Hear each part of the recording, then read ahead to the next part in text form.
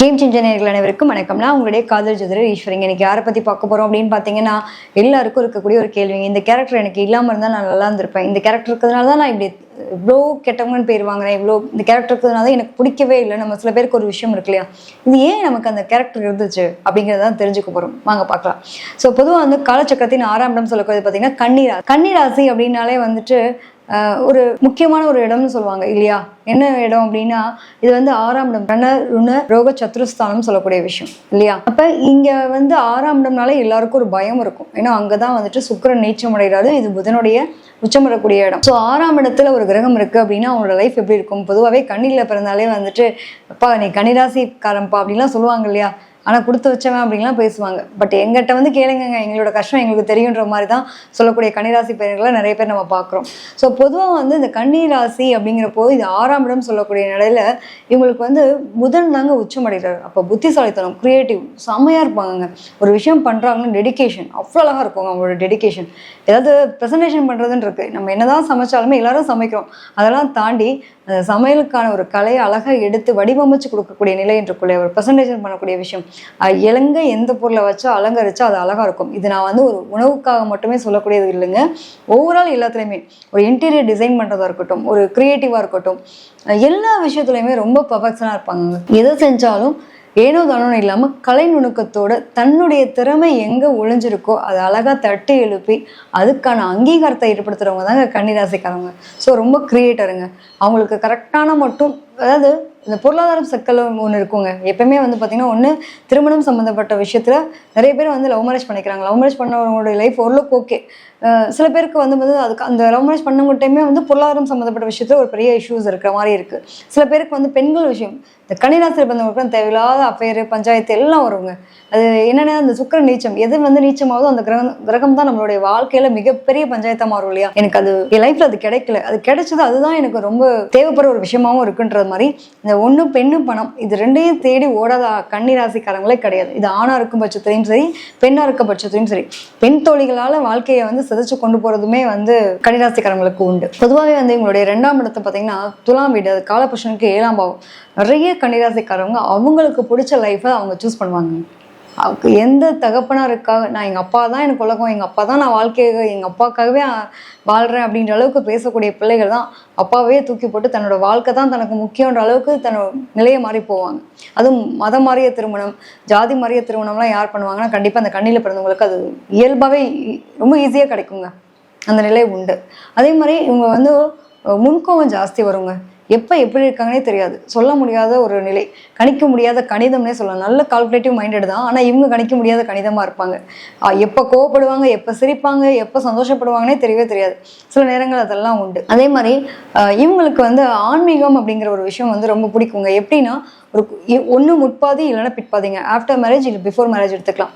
குறிப்பிட்ட கால இடைவெளி கடவுள் நம்பிக்கையே இல்லாமல் இருப்பாங்க. திடீர்னு பார்த்தீங்கன்னா அவங்களுக்கு நிறைய அனுபவங்கள் அவங்களோட வாழ்க்கையில் இப்படிலாம் இருக்க முடியுமான்ற அளவுக்கு ஒரு கஷ்டத்துல தானே நம்ம கடவுளை தேடுவோம். அந்த கஷ்டமான சூழ்நிலை, எனக்கு ஒரு அங்கீகாரத்தை கடவுள் கொடுத்தாரு, இந்த நிலையை எனக்கு ஏற்படுத்தி கொடுத்தாரு, அதுக்கப்புறம் நான் ரொம்ப நம்ப ஆரம்பித்தேன், அதுதான் உலகமே அப்படின்ற அளவுக்கு மாறக்கூடியவங்களாகவும் இவங்க கண்ணியில் பிறந்தவங்களுக்கு இருக்கக்கூடிய நிலைகள் உண்டுங்க. அதே மாதிரி இவங்களுடைய குடும்பத்தில் வந்து பார்த்திங்கன்னா சொந்த தொழில், கண்டிப்பாக ஏதாவது ஒரு வகையில் சொந்த தொழில் பண்ணி அவங்களுடைய வருமானம் ஈட்டக்கூடிய நிலைகள் அந்த குடும்பத்துக்கு இருக்கும். நிறைய பேர் பார்த்தோன்னா இந்த பில்டிங் கன்ஸ்ட்ரக்ஷன் பண்ணுறது, எலக்ட்ரிக்கல் ஒர்க்கு பண்ணுறது, அதே மாதிரி நல்ல பாடுறது, இவங்களுடைய கையெழுத்துலாம் பார்த்திங்கன்னா அழகாக இருக்கும். அவ்வளோ அழகாக இருக்கக்கூடிய தன்மைகள் இருக்கும். கையெழுத்து நல்லா இருந்தால் தலையெழுத்து நல்லா இருக்காதுன்னா நம்ம சில பேர் சொல்லி கேள்விப்பட்டிருப்போம் தானே. நிச்சயமாங்க. கிட்டத்தட்ட அதெல்லாம் வந்து ஒரு வாக்குகளாக சொல்லக்கூடிய விஷயங்கள் தான். பட் நிறைய பேருக்கு வந்து அந்த கையெழுத்துன்றது இவங்களோட எழுத்து அவ்வளோ அழகாக மணிமணியாக இருக்கும். கற்பனையிலே காதலிக்கிறவங்க அந்த அளவுக்கு இருக்கும். அதாவது எழுத்தை வந்து அழகாக வடிவமைச்சு கொடுக்குறாங்கன்னா அது சும்மா கிடையாது இல்லையா. அந்த அளவுக்கு ஒரு விஷயத்த ரொம்ப உள்ளார்ந்து அதை விரும்பி அதுக்குள்ளேயே பயணித்து எழுதக்கூடியதான். அது கவிதை எழுதுவாங்க, அழகாக கதை எழுதுவாங்க. தனக்கான ஒரு திறமையை வந்து தேடி தெரிஞ்சுக்கிட்டு அதுக்கான விஷயங்களுக்காக இம்ப்ரூவ்மெண்ட் பண்ணுறது, நிறைய படிப்புன்றதை தாண்டி தன்னுடைய அறிவாற்றலை மேம்படுத்துறதுக்கான விஷயங்கள் நிறைய கோர்ஸ் கற்றுக்கிறது, அதன் மூலமாக டெவலப் பண்ணுது. பேஷன் ப்ரொஃபஷன் ரெண்டு எடுத்துக்கலாம். ஸோ இவங்கெல்லாம் வந்துட்டு படிப்பெல்லாம் தாண்டி இந்த ப்ரொஃபஷன்றதை தாண்டி பேஷனுக்கு ரொம்ப முக்கியத்துவம் கொடுப்பாங்க. எனக்கு இதுதான் தெரியும், நான் இதில் ரொம்ப டெவலப்மெண்ட்டாக இருக்கேன். நிறைய பேருக்கு படித்த படிப்பும் பார்க்குற வேலைக்கு சம்மந்தமே இருக்காது. அதெல்லாம் யாருன்னா கண்ணியில் பிறந்தவங்க நிறைய பேருக்கு அந்த அமைப்பு. கிரியேட்டர்ஸ், செம கிரியேட்டருங்க. இன்னைக்கு பார்த்தோம் அப்படின்னா அந்த யூடியூப் ரிலேட்டடான விஷயங்கள்லாம் பண்ணுறாங்க இல்லையா. அதில் வந்து ஒரு அழகாக இல்லாத விஷயத்த இருக்கிற மாதிரியோ அதை எடிட் பண்ணுறதா இருக்கட்டும், மாடலிங் பண்ணுறதா இருக்கட்டும், இதெல்லாம் யார் பண்ணுவாங்கன்னா நமக்கு கண்ணியில் பிறந்தவங்க பண்ணக்கூடிய தன்மைகள் உண்டு.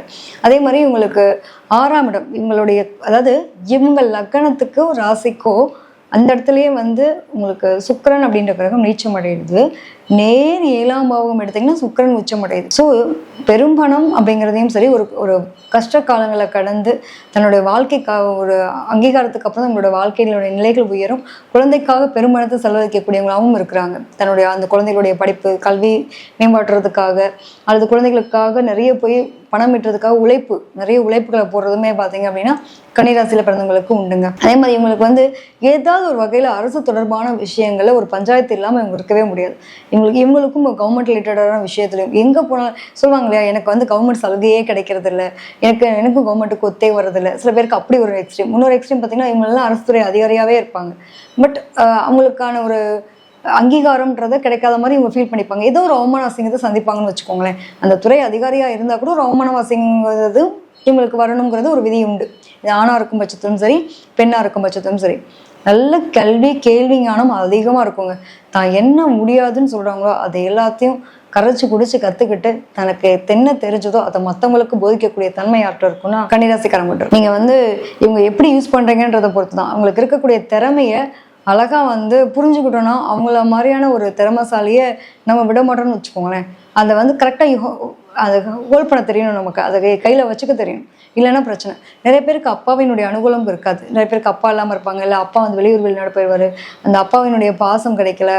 ஒரு குடும்பத்தை நானே எனக்கான விஷயங்களை உருவாக்கினேன், எனக்கு கஷ்டப்பட்டேன், என்னோட வளர்ச்சியின் போது எங்கள் அப்பா இல்லாமல் போயிட்டார், எங்கள் அப்பா வளரும்போது வேற ஒரு லைஃப்பில் போயிட்டேன். இந்த மாதிரி நிறைய பிரச்சனை சந்திக்கிறவங்க யாருன்னா கண்டிப்பாக கண்ணியில் பிறந்தவங்களுக்கு அந்த தன்மைகள் உண்டு. அதே மாதிரி குடும்ப வாழ்க்கைன்னு வரும்போது இந்த மனைவி அமையதெல்லாம் இறைவன் கொடுத்த வரம்ன்றது மாதிரி நிறைய லைஃப்பில் போயிட்டு லவ் லைஃப்பில் மாட்டி தன்னோட வாழ்க்கை ஆரம்பிச்சு அதில் நிறைய அனுபவங்களை கடந்து வரவங்களுமே கன்னிராசியில் பிறந்தவங்களுக்கு உண்டுங்க. பொதுவாக இவங்களுடைய தொழில் எடுத்துட்டோம் அப்படின்னா இவங்களுக்கு கவர்மெண்ட் ரிலேட்டட் ஓரியன்டாக இருக்கட்டும், கிரியேட்டராக இருக்கட்டும், மூலிகை மருந்து மாத்திரைகள் சம்மந்தப்பட்ட விஷயங்களை வந்து மேனுஃபேக்சர் பண்ணுறது, அது சேல்ஸ் பண்ணுறது, இந்த மாதிரி இதெல்லாம் ரொம்ப நல்லாவே இருக்கும்னு எடுத்துக்கலாம். அதே மாதிரி இவங்களுக்கு வந்து நல்ல பேச்சாற்றல், படிப்பு, இவங்கெல்லாம் மார்க்கெட்டிங் பண்ண வச்சோன்னா நல்லா வருமானம் பார்க்கலாங்க. ஒருத்தவங்க மார்க்கெட்டிங்கில் நீங்கள் இருக்கணும்னு நினைக்கிறீங்களா?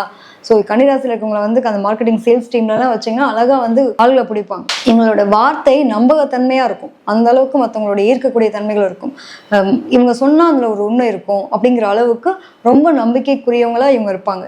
அதனாலே இவங்களை வந்து மார்க்கெட்டிங் ஃபீல்டில் உங்களுக்கு ரொம்ப சூப்பராக வரும். அதே மாதிரி பார்த்தீங்கன்னா இதில் வந்து சித்திரை, அஸ்தம், உத்திரம் 3 நட்சத்திரங்களுடைய தன்மைகளும் இருக்குது. ஸோ சூரியன் ஆதிக்கம் பெற்ற நட்சத்திரமும் உண்டு. எப்போ எப்படி இருப்பாங்கன்னே சொல்ல முடியாதுன்னு சொன்ன பார்த்தீங்களா, கணிக்க முடியாத கணிதம் அதுதான். இந்த நட்சத்திரங்கள்லாம் வந்து பார்த்தீங்கன்னா அந்த கணிக்க முடியாத கணிதங்களாக இருக்கும். இனி வரப்போகிற நாட்களை வந்து உங்களுக்கு நட்சத்திர பதிவுகளாகவே தனித்தனியாக விளக்கமாக அந்த நட்சத்திரத்தை பற்றி விஷயங்கள்லாம் நம்ம பேசுறதுக்கு தயாராக இருக்கும். ஸோ இப்போ வந்து ஒரு ஷார்ட்டாக மட்டும் உங்களுக்கு கொடுத்துறேன், ஓகேங்களா? பொதுவாகவே வந்து பார்த்தீங்கன்னா இந்த உபயராசி நிலராசின்ற ஒரு தன்மையும் இந்த கன்னிராசிக்கு உண்டு. இந்த நிலம்ன்றப்போ இந்த புதனுக்கான ஆதிக்கமே வந்து அந்த நில தத்துவம் தாங்க. எப்பயுமே இங்கே தனக்கு ஒரு நிறைய நிலங்களை வாங்கி போடுறது, இன்வெஸ்ட்மெண்ட் பண்ணுறது, இதெல்லாம் உங்களுக்கு ரொம்ப பிடிச்ச விஷயமா இருக்கும். அதாவது கையில் காசு இருக்கா, கொண்டு போய் ஏதாவது பொருள் வாங்குறேன் அப்படின்றப்போ இவங்கெல்லாம் நிலத்தில் வந்து நிறைய இன்வெஸ்ட்மெண்ட் பண்ணுவாங்க. 1க்கு 2 பக்கம் வருமானம் பார்க்கக்கூடிய நிலைகள்லாம் யாருக்கு இருக்கும்னா கண்ணியில் பிறந்தவங்களுக்கு இருக்கும். தன்னுடைய அங்கீகாரத்துக்கான நிலை வேறு, தனக்கு பிடிச்ச விஷயத்தில் ஒரு வருமானம் வேறு. அப்போ நிலபுலன்கள் மூலமாகவும் வருமானம் ஈட்டக்கூடிய தன்மை இருக்கும். நிறைய பேர் பார்த்தீங்கன்னா அதில் பெண் பிள்ளைகள்லாம் எடுத்துட்டோம்னா கிரியேட்டர் அழகாக ஒரு கோன் போடுவாங்க கையில், வந்து மருதாணி, இந்த பிரைடல் சம்மந்தப்பட்ட விஷயத்துக்கெலாம் அழகாக அலங்கரிக்கிறதுன்னு சொல்லுவாங்கள்ல, அது சம்மந்தப்பட்ட பொருட்களை விற்கிறதா இருக்கட்டும், மேனுஃபேக்சராக இருக்கட்டும், இது எல்லாமே உற்பத்தி சம்மந்தப்பட்ட விஷயங்கள் கூட பண்ணுவாங்க. ஸோ அவங்களோட நாலேஜ் அவ்வளோ நிறையா இருக்கும். நிறைய பேர் வந்து பார்த்திங்கன்னா அக்கௌண்ட்ஸ் நாலேஜ் ரொம்ப அழகாக இருக்கும். கிரியேட்டராக ஒரு அக்கௌண்ட்ஸ் ஆடிட்டிங் சம்மந்தப்பட்ட விஷயங்கள் இருக்குது. இதுலும் பார்த்திங்கன்னா அந்த மெடிக்கல்ஸ் வைக்கிறாங்கல்ல, ஃபார்மசி அப்படின்லாம் சொல்லக்கூடிய விஷயங்கள்லாம் பார்க்குறோம்ல. இப்போ நிறைய பார்த்திங்கன்னா அந்த துளசி ஃபார்மசிலாம் வரும். ஸோ இந்த மாதிரியான பேர்களும் இந்த மாதிரியான ஒரு நிலையும் இருக்கிறது பார்த்தீங்க அப்படின்னா டெஃபினட்டாக கண்ணியில் பிறந்தவங்களுக்கு இந்த தன்மைகள்லாம் உண்டு. ஸோ இவங்களுடைய ரொம்ப பிடிச்ச விஷயத்த வந்து இவங்க விருப்பப்பட்டு செய்கிறாங்க அப்படிங்கிறது ரொம்ப நல்லா பண்ணுவாங்க. பிடிக்கல அப்படின்னா யார் என்ன செஞ்சாலும் சரி, முட்டி போட்டாலும் உங்களோட காரியம் நடக்கவே நடக்காது. அவங்களுடைய மனசாட்சிக்கு என்ன தோணுதோ அதை தான் அவங்க செய்வாங்க. யாருக்காகவும் தன்னை மாற்றிக்கணுன்ற நிலைக்கு அவங்க போகவே மாட்டாங்க. வீம்பு பிடிச்சாதான் ஜாஸ்தி இருக்குங்க. அடம் பிடிக்க தெரியணும்னு சொல்லுவாங்களே, அடம் பிடிச்சி சாதிக்கிறவங்க யாரா இருப்பாங்கன்னா, நான் பிடிச்ச முயலுக்கு 3 கால் தான், யாருக்காகவும் என்னை மாற்றிக்க மாட்டேன். கண்டிப்பாக பாருங்கள், இந்த கன்னி ராசிக்காரவங்க வீட்டில் இது ஒரு டிப்ஸாக சொல்கிறேங்க. எத்தனை பேருக்கு அது இருக்குன்றதை நீங்கள் கமெண்ட்டில் போடுங்க. கண்டிப்பாக கன்னி ராசி லக்னமாக வச்சவங்க வீட்டில் கண்டிப்பாக ஒரு டெய்லரிங் மிஷின் இருக்குங்க. இந்த மாதிரியான டெய்லர் சம்மந்தப்பட்ட வேலை பார்ப்பாங்க அவங்க வீட்டில். அதே மாதிரி ஒரு பேங்கிங் செக்டார் சம்மந்தப்பட்டது, அக்கௌண்ட்ஸ் ஆடிட்டிங் சம்மந்தப்பட்ட ஒரு படிப்புகள் படிக்கக்கூடியவங்களும் இருப்பாங்கங்க. அதே மாதிரி இவங்க வீட்டில் மீனாட்சி அம்மன் வழிபாடு, இந்த வீடியோ எப்போ வேணாலும் நீங்கள் பாருங்கள். பார்க்குற டைம் ஆஃப் பீரியடில் மீனாட்சி அம்மன் கோயிலுக்கு போகணும்னு பேசியிருந்தேன், அல்லது போயிட்டு வந்தேன், உங்களுக்கான ஒரு நிகழ்வு நடந்தது அப்படிங்கிறப்போ ஒரு வளர்ச்சியை நோக்கி அதுக்கப்புறமா நான் மாறினேன் அப்படிங்கிற தன்மையை நீங்கள் பேசக்கூடிய நிலை இருக்கும். இந்த வீடியோ எப்போ வேணாலும் பார்க்கட்டும். கண்டிப்பாக மீனாட்சி அம்மன் கோவில் போயிட்டு வந்து போகிறேன் அப்படிங்கிற விஷயத்த நீங்கள் பேசியே தீருவீங்க. இது ஆணித்தரமான உண்மை. இது எந்த அளவுக்கு உங்களுக்கு ஒத்து போச்சுன்றதை நீங்கள் சொல்லுங்கள், பார்க்கலாம். ஸோ இன்னும் வரைக்கும் நம்ம கன்னிராசியில் பிறந்தவங்களுடைய வாழ்க்கை நிறைகள் எப்படி இருந்துச்சு அப்படிங்கிறத பார்த்துருக்கோம். இன்னும் வரும்போது பார்த்தீங்கன்னா நிறைய விஷயங்கள் கொடுக்க தயாராக இருக்கேன். உங்களுக்கு என்னோட ஜாதகத்தில் எனக்கான விஷயங்கள் தனிப்பட்ட முறையில் உங்கள்கிட்ட ஒரு ஆலோசனை பெறணும் அப்படின்னு நீங்கள் நினச்சிங்க அப்படின்னா கீழ்கண்ட நம்பருக்கு தொடர்பு கொள்ளுங்கள். இது மட்டும் இல்லாமல் நேரில் அப்பாயின்மெண்ட் நிறைய பேர் கேட்டுட்ருக்கீங்க. இனி வரும் காலங்களில் கொடுக்கறதுக்கு தயாராக இருக்கேன். ஸோ இப்போ சென்னை மட்டும் இல்லாமல் மலேசியா, சிங்கப்பூர்லேயும் நாங்கள் நேரில் பார்க்குறதுக்கு நிறைய பேர் கேட்டிருக்காங்க. ஸோ அவங்களுக்காக வரலாம் அப்படின்னு இருக்கேன். நீங்கள் புக்கிங் உங்களுக்கு தேவையான ஆலோசனை பெறணும், நேரில் பார்த்து ஆலோசனை பெறணும்னு நினச்சிங்கன்னா நீங்கள் புக்கிங்ஸ் போட்டுக்கலாம். நன்றி, வணக்கம்.